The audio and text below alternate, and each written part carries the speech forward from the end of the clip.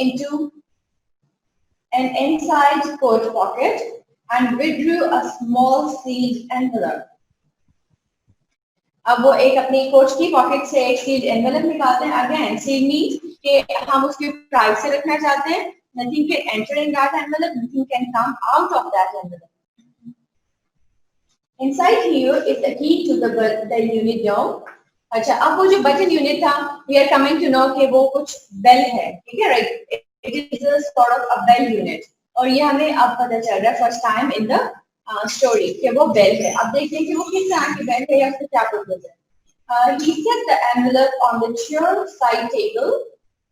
The bell is connected to our office. अब वो क्या कह रहे हैं कि वो जो एनवेलप था जिसमें की थी बटन यूनिट की, उसको वो चेयर साइड टेबल पे रख देते हैं. और वो क्या कहते हैं कि the bell is connected to our office. ये वाली जो बेल है ये हमारे ऑफिस से कनेक्टेड है. कोई भी इंसान जब इस बटन यूनिट का बटन प्रेस करेगा या पुश करेगा तो बेल जो है हमारे ऑफिस की वो रिंग होने लगेगी. और इसका मतलब होगा कि हमें पता चल जाएगा कि बटन यूनिट पुश कर दिया गया.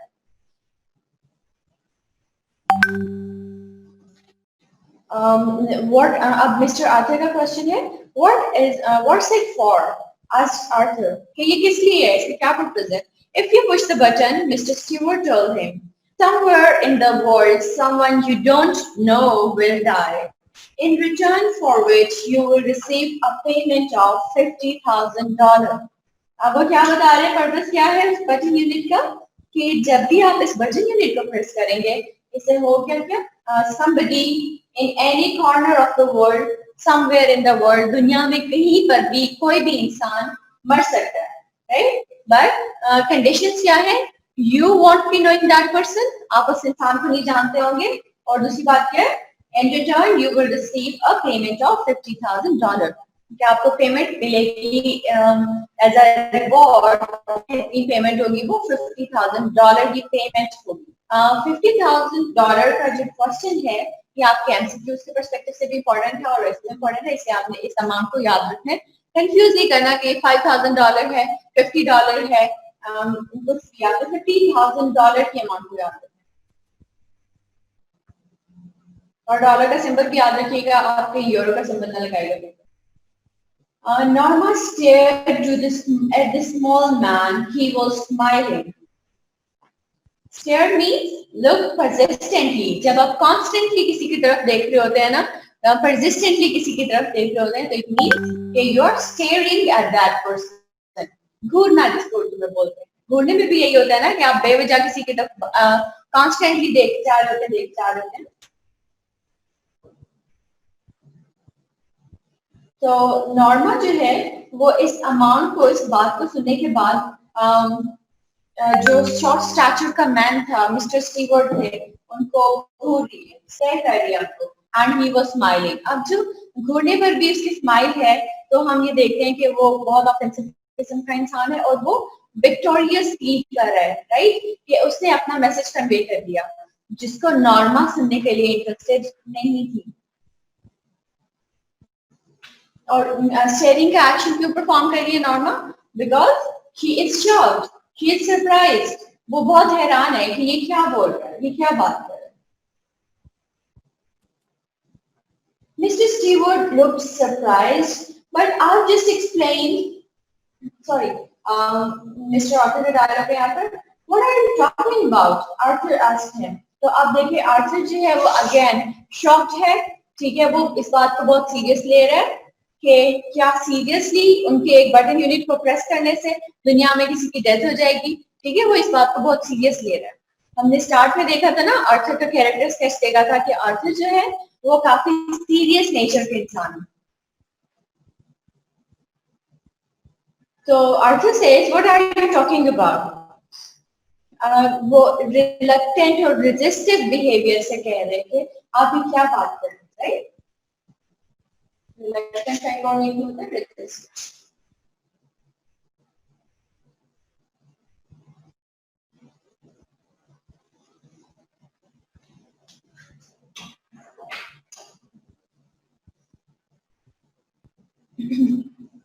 So Mr. Stewart, surprised behaviour show करते हैं, सरप्राइज एक्सप्रेशन शो करते हैं। सरप्राइज मीन्स वंडरिंग, हैरान। और वो सरप्राइज रिएक्शन क्यों शो कर रहे हैं? क्योंकि मिस्टर आर्थर ने उनको कहा है कि आप क्या बात कर रहे हैं, what are you talking about, right? तो इसलिए मिस्टर स्टीवर्ट अब खुद को जस्टिफाई करने के लिए क्या कहेंगे, but I just explain, he said, कि मैं तो सिर्फ आपको इन्फॉर्म कर रहा हूँ, मैं तो सिर्फ एक्सप्लेन कर रहा हूँ, आगे तो आपकी मर्जी है, राइट? तो ये जो सही गलत का अंदाजा लगाना है, इस पे डिस्टिंग्विश करना है, ये इट्स अप टू यू। आपको जैसे ठीक लगता है आप वैसे कर लें, मैंने तो सिर्फ आपको इन्फॉर्म की एक चीज के बारे में, राइट? तो ये जेस्चर शो कर रहे हैं। उसके बाद is it a practical joke? Asked Arthur, कि क्या ये एक प्रैक्टिकल जोक है? Practical joke is actually something like कि जैसे जोक्स जो होते हैं वो सुनाए जाते हैं ना, but when you are involving anybody in some joke, right, आप किसी और को इन्वॉल्व कर रहे हैं और आप उनको एक जोक में कन्विंस कर रहे हैं, ठीक है? जैसे हम बाकी जोक्स जो है वो हम सुनते हैं या पढ़ते हैं तो उनमें क्या होता है, इमेजिनेटिव कैरेक्टर्स जो है वो कुछ परफॉर्म कर रहे होते हैं जिनके बारे में हम सुन लेते हैं। प्रैक्टिकल जोक मीन्स कि एक ऐसा जोक जो रियलिटी में एग्जिस्ट कर रहा है, राइट? तो उसको ऐसा लग रहा है कि क्या कि शायद जो मिस्टर स्टीवर्ट है वो मेरे से मजाक कर रहे हैं, मुझे किसी जोक में इन्वॉल्व कर रहे हैं, मुझे और नॉर्मा को, राइट? हमारे साथ प्रैंक कर रहे हैं। You can say playing prank upon somebody. Practical joke means playing prank upon somebody.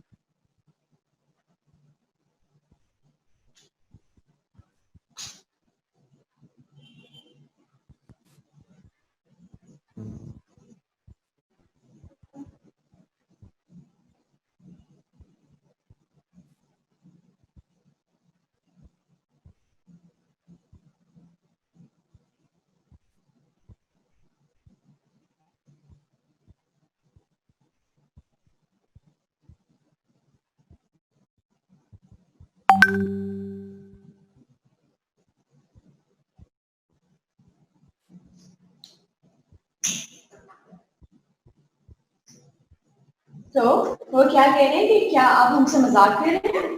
तो let's see what Mr. Arthur replies. He says, "Not at all. The offer is completely genuine." अब mister Stewart क्या reply करते हैं कि नहीं, it's not at all a practical joke. I'm not playing any prank upon you.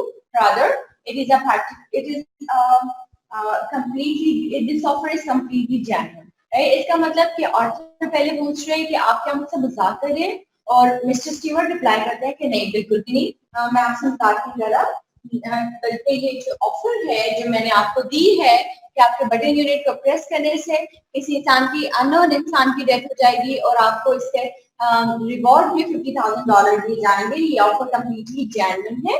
Genuine means original, authentic, ठीक है? कोई बात जो बिल्कुल सच होती है, बिल्कुल हकीकत होती है। तो वो कहते हैं कि ये जो ऑफर है ये बिल्कुल जेन्युइन है, बिल्कुल ओरिजिनल और ऑथेंटिक है, ये कोई भी फेक नहीं है। ऐसा बिल्कुल भी नहीं होगा कि आप बटन यूनिट को प्रेस करें और आपको $50,000।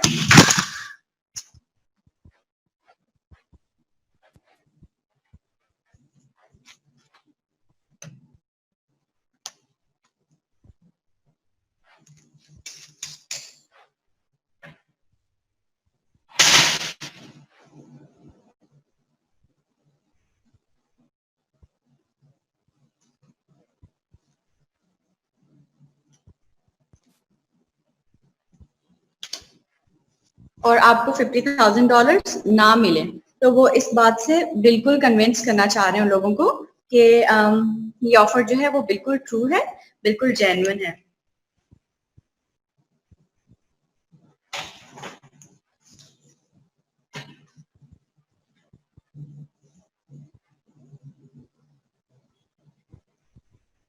अच्छा, नेक्स्ट क्वेश्चन क्या है इनका? ये एक्चुअली ना कन्वर्सेशन हो रही है इन लोगों के दरमियान में, मिस्टर स्टीवर्ट और उनके साथ Mister and Mrs Arthur Louis, right? So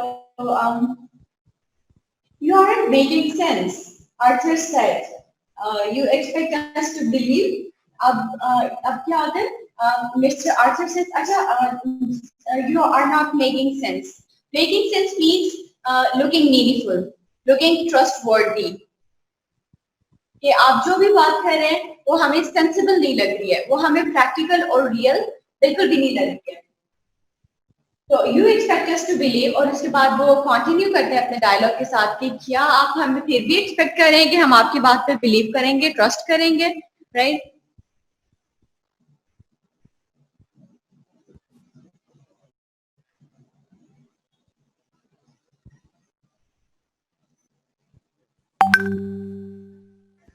Who do you represent? Demanded Norma. Represent का मीनिंग एक्चुअली होता है टू शो, राइट? और टू ये वर्ड डिराइव किया गया है प्रेजेंट से। प्रेजेंट का मतलब होता है to show something for the first time, और रिप्रेजेंट का मीनिंग होता है to present something that has already been presented. इस सर्कल को देखिए, जो सबसे छोटा दरमियान में डॉट है ये कुछ भी ओरिजिनल है, राइट? जब उसको प्रेजेंट किया जाता है तो हम इस सर्कल पे आ जाते हैं, जो सेकंड सर्कल है। ये प्रेजेंटेशन है इस ओरिजिनल सर्कल की, और उसके बाद थर्ड पे जो हमारे पास सर्कल आ रहा है ये एक्चुअली रिप्रेजेंटेशन है। एक डॉट की पहले प्रेजेंटेशन हो चुकी है और उसके बाद रिप्रेजेंटेशन है, राइट? तो नॉर्मा पूछना चाह रही है कि आप किससे रिप्रेजेंट कर रहे हैं, आप किसको प्रमोट कर रहे हैं, ठीक है? प्रमोट होता है, रिप्रेजेंट का मतलब होता है जैसे कि कोई ऑर्गेनाइजेशन है, कोई भी फर्म है और आप उनके रिप्रेजेंटेटिव बन के हमारे पास आए हैं, ठीक है? नुमाइंदा, ठीक है? जैसे रिप्रेजेंट करने का उर्दू में मीनिंग होता है नुमाइंदगी करना।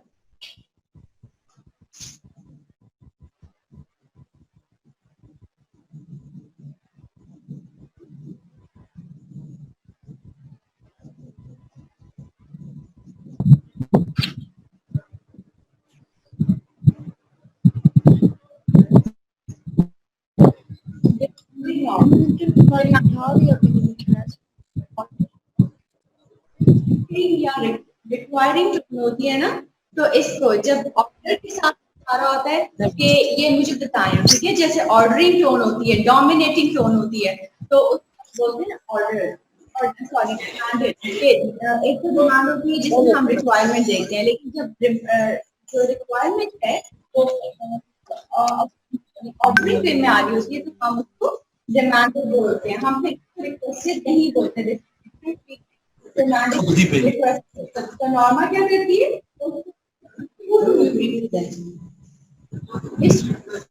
This keyword is loved and embarrassed. Embarrassed means ashamed, लेकिन यहाँ shy, ठीक है? करते हैं hesitation। तो मिस्टर keyword भी तो वो किसे रिप्रेजेंट करते हैं? I'm not at liberty to tell you that. अब वो फिर क्या मैं इसको आपसे शेयर करने में या इसको पब्लिकली शेयर करने में सेलेक्टिव फील मुझे के लिए अलाउ नहीं किया गया कि मैं अपनी ऑर्गेनाइजेशन या जिस फॉर्म को मैं रिप्रेजेंट कर रहा हूँ उसके बारे में मैं पब्लिक को इन्फॉर्म करूँ। Afraid means frightened, liberty means freedom. कि मुझे इस बात की लिबर्टी नहीं दी गई, इस बात की अथॉरिटी नहीं दी गई कि मैं इसको कि मैं जो पब्लिक है जिनको मैं ऑफर प्रोवाइड कर रहा हूं उनको मैं इस बात से भी इन्फॉर्म करूं।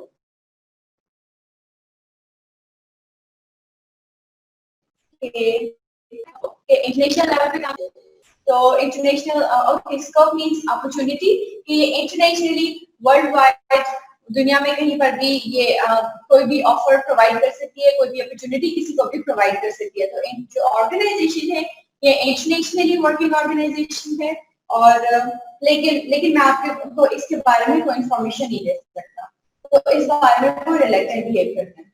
Okay, I think you should better leave, Arthur said, standing. अब जैसे किसी को गुड बाय करने के लिए खुद भी साथ खड़े हो रहे होते हैं, आपके घर कभी गेस्ट आए होंगे तो आप उनको सी ऑफ करते होंगे समटाइम्स लेटर, ठीक है? तो वो इसी तरह से बिहेव कर रहे हैं कि वो खड़े हो रहे हैं और वो कन्विंस करना चाह रहे हैं मिस्टर स्टीवर्ट को भी कि अब आपको भी जाना चाहिए। You should better leave now. Mr. Stewart rose, of course, and to take your button unit with you. अब मिस्टर आर्थर जो है वो बिल्कुल इंटरेस्टेड नहीं है बटन यूनिट में, ना ही वो $50,000 में बिल्कुल इंटरेस्टेड है। तो वो क्या कह रहे हैं कि आप अपना बटन यूनिट जो है वो उसको भी अपने साथ ले जाए। Are you sure you wouldn't care to think about it for a day or so?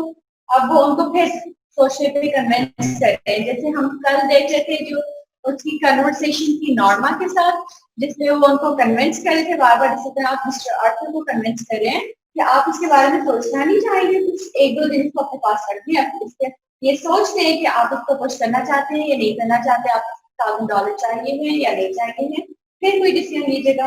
Arthur picked up the budget unit and the envelope, thrust them into Mrs. Stewart's hand.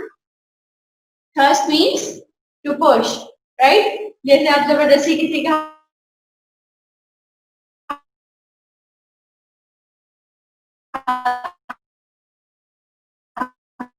कोई चीज पकड़ा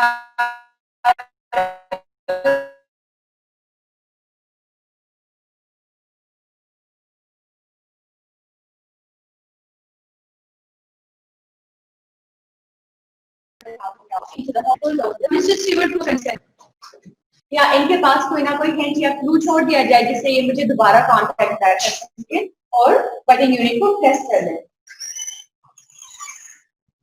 तो वो क्या करते हैं, वो अपना कार्ड जो था वो टेबल पे रख देते हैं जो बाहर का डोर था, और फिर वो चले जाते हैं। When he was gone, Arthur tore it in half and tossed the pieces onto the table. अच्छा, अब मिस्टर आर्थर क्या करते हैं, वो जो टेबल पे एक कार्ड पड़ा था मिस्टर स्टीवर्ट का, उसको वो उठाते हैं, उसको दो पीसेस में डिवाइड करते हैं। Tore means to divide something into pieces. ठीक है, जैसे स्पेशली अगर पेपर की बात करें तो आप पेपर को काटते हैं, उसको डिफरेंट पीसेस में, छोटे छोटे पीसेस में डिवाइड करते हैं, तो उसको हम क्लियरिंग द एक्शन बोलते हैं। तो वो क्या करते हैं, torn it into pieces,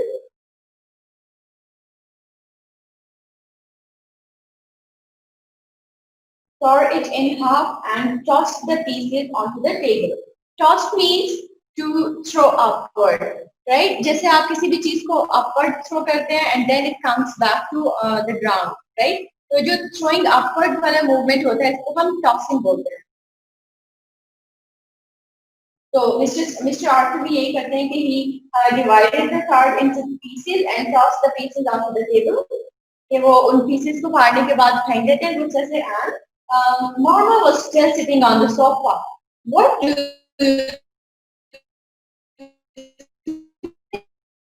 think it was? She asked. इसलिए वो बातें जो करके गए थे वो क्या था, उसके बारे में वो सोच रही है, राइट? वो उसमें इंटरेस्टेड है, हम ये assume कर सकते हैं। He seems to be interested in that button unit, in that $50,000 amount, in that key.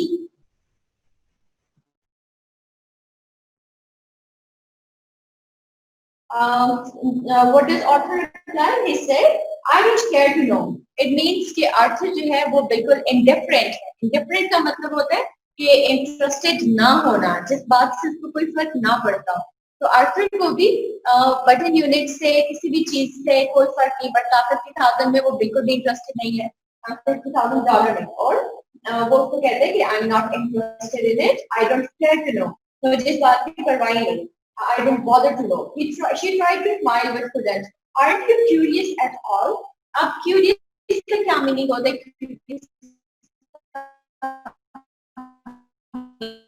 होता है know about something, कि बारे में जानने में बहुत इंटरेस्टेड होते हैं, तो हम कहते हैं कि this is that we are being inquisitive. Inquisitive का मतलब होता है किसी भी चीज के बारे में जहन में जब सवाल आ रहे होते हैं और आप उन सवालों के जवाब चाहते हैं, राइट? जिसको हम उर्दू में तजस्सुस भी बोलते हैं।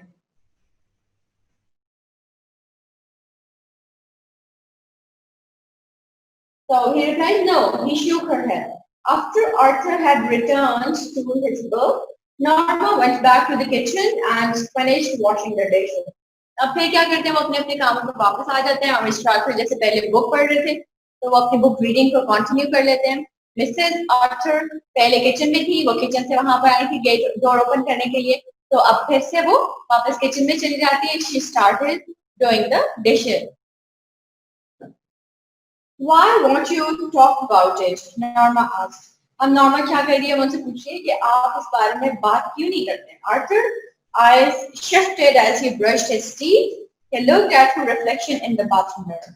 तो eyes shifted का मीनिंग होता है कि जो पहले वाला रिएक्शन है या पहले वाला जो भी एक्शन या इंटरेस्ट है उनसे इंटरेस्ट चेंज होना, या आपकी जो फोकस है वो स्विच होना, ठीक है, चेंज होना। तो अब मिस्टर आर्थर क्या करते हैं, वो उसकी तरफ तवज्जो करते हैं एंड फिर क्या करते हैं, उसको मिरर में देख रहे होते हैं, and again she asked doesn't it intrigue you. मैंने इंट्रिग का मीन, ओके इंट्रिग का हमने डिस्कस नहीं किया। इंट्रिग मीन्स फैसिनेट, ठीक है, जो कुछ ऐसी चीज जो आपका ये सबका इंटरेस्ट जो है वो ग्रैब करती है अपनी तरफ, इंटरेस्ट अट्रैक्ट करती है अपनी तरफ, ठीक है, उसको हम बोलते हैं इंट्रीगिंग। जब भी कोई ऐसी चीज होती है जो हमें हैरान भी कर रही होती है और हमारा इंटरेस्ट भी अपनी तरफ ग्रैब कर रही होती है, दैट इज समथिंग इंट्रीगिंग। तो वो उससे क्या पूछती है कि डजंट इट इंट्रिग यू, आपको इसके बारे में जानने की कोई के लिए कोई इंटरेस्ट नहीं होता, या फिर आप इसमें इंटरेस्टेड नहीं है, आपको ये फैसिनेट नहीं करता? It offends me, Arthur replies. Offend means annoys, displeases.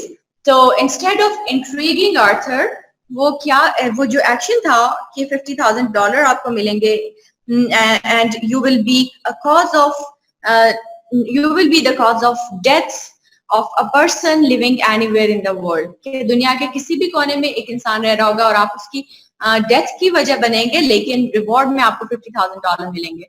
तो ये बात जो थी ये मिस्टर आर्थर को बहुत अनॉय करती है, बहुत डिस्प्लीज करती है, जिसका वो एक्सप्रेशन यहाँ पर दे रहे हैं हमें कि it offends me. I know, but Norma rolled another curler in her hair. Doesn't it intrigue you too?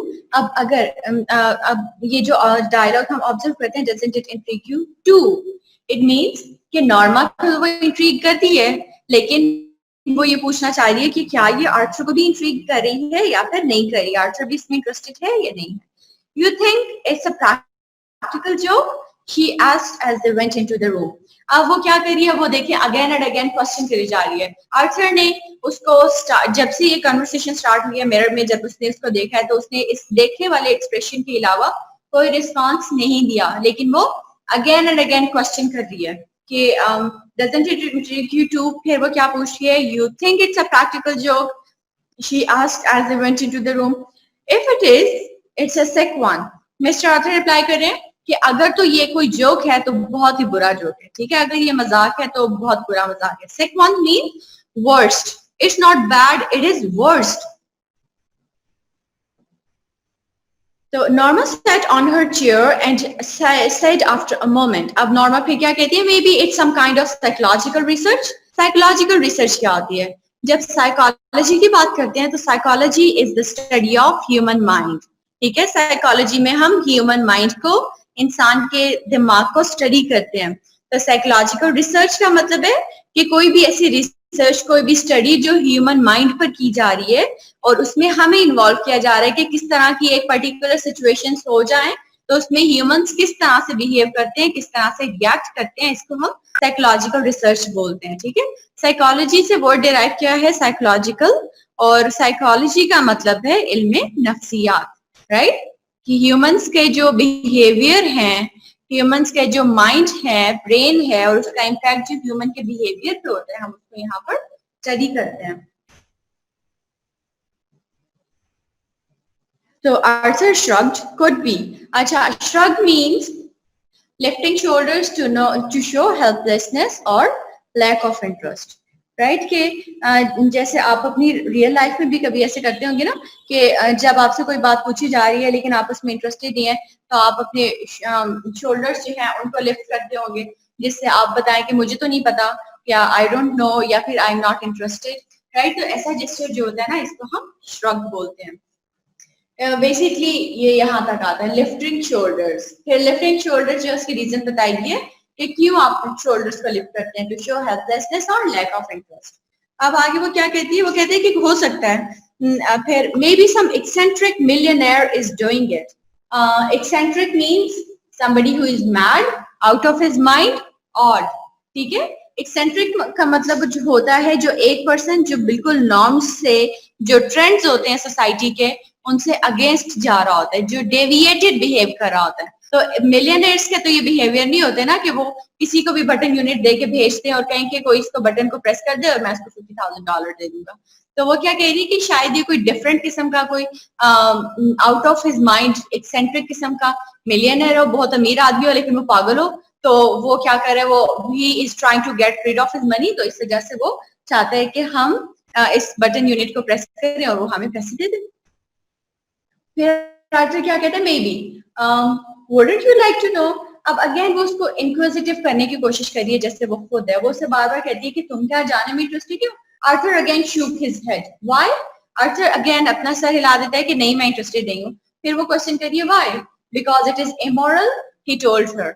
Immoral का मतलब होता है अनएथिकल, अनजस्ट एंड विशियस। कोई भी ऐसी चीज जो एथिक्स के अगेंस्ट हो, जो मोरालिटी के अगेंस्ट हो, जो मोरल वैल्यूज के अगेंस्ट हो, या फिर जो विशियस मीन्स बुरी, राइट, वाइसेस से वर्ड आया, vice means sense, vicious means senseful, बुरी, and unjust means unjustified, right, जो जिसमें जस्टिस ना हो। तो वो कहते हैं कि इट इज इमोरल, इसलिए मैं इंटरेस्टेड नहीं हूँ, ये ठीक नहीं है, ये डिसऑनेस्ट है। नॉर्मा, अच्छा, so Norma slid beneath the cover. Well, I think it's intriguing, she said. Arthur turned off the lamp. Good night, she said. He said. अच्छा, अब यहाँ पर क्या होता है? They go to sleep. Arthur turned off means switch off, right? So Arthur and Norma go to sleep, and she still keeps on thinking about $50,000. ये वाला action notice करें. Norma closed her eyes. $50,000, she thought. So even when she is sleeping, it is that $50,000 amount that is hovering over on her mind, that has taken over her mind, जिसके बारे में वो अभी तक सोच रही है. Okay, coming towards the next part. In the morning, we'll start from here tomorrow. आप लोगों ने मुझे अपनी असाइनमेंट्स नहीं सेंड की थी. The one that I signed you for translation of second passage. मेरा एक दो लाइन ऊपर नीचे हो भी जाती तो क्या फर्क पड़ता, आप लोग असाइनमेंट तो सेंड करते थे. सेकंड पैराग्राफ स्टार्ट हो रहा था इनसाइड द गार्डन से और एंड हो रहा था एट 8 PM.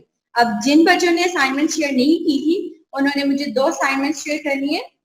एक असाइनमेंट है inside the garden was a push button. ये वाला जो पैसेज है यहाँ से आपने Mr. Stewart will call on you at 8 PM यहाँ तक शेयर करनी है. और एक बच्ची ने असाइनमेंट शेयर की थी, मैं आपको उसका रिटर्न रिस्पॉन्ड भी करूंगी, लेकिन आपने कंप्लीट सेंटेंस नहीं लिखा हुआ था बेटा, आपने सिर्फ जो स्मॉल वुडन बॉक्स की उर्दू ट्रांसलेशन थी वो की थी.